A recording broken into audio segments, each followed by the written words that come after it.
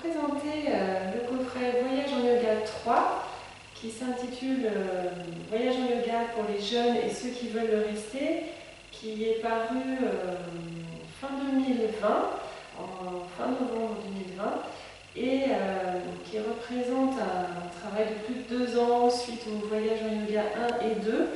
En fait, des séances que j'ai rodées avec mes groupes d'ados. En collège également, j'ai fait des expérimentations.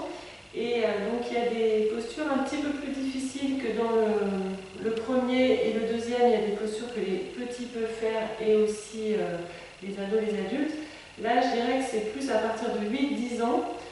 Et pour des adolescents, des jeunes et des adultes aiment bien. Donc c'est un autre style de dessin. Les illustrations ont été faites par Valérie Berton. Et on peut retrouver, comme dans le premier coffret, 40 cartes. Donc quelques-unes ont été redessinées parce qu'on les trouve dans les voyages, qui sont donc orientées altruisme, confiance et interrelation.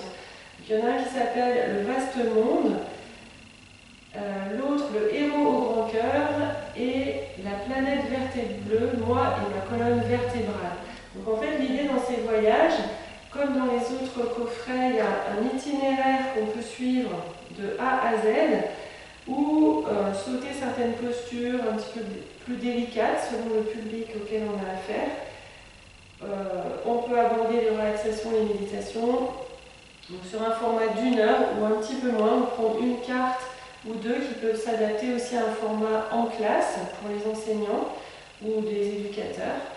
Et voilà, donc ça a été intéressant de tester ces voyages avec des jeunes et de réaliser que des thèmes qui nous relient à la nature, au silence, à l'interdépendance les intéressaient beaucoup en fait. Donc l'idée c'est de comment on peut recharger ses batteries sans électricité ni wifi. Pour les jeunes, c'est pas rien.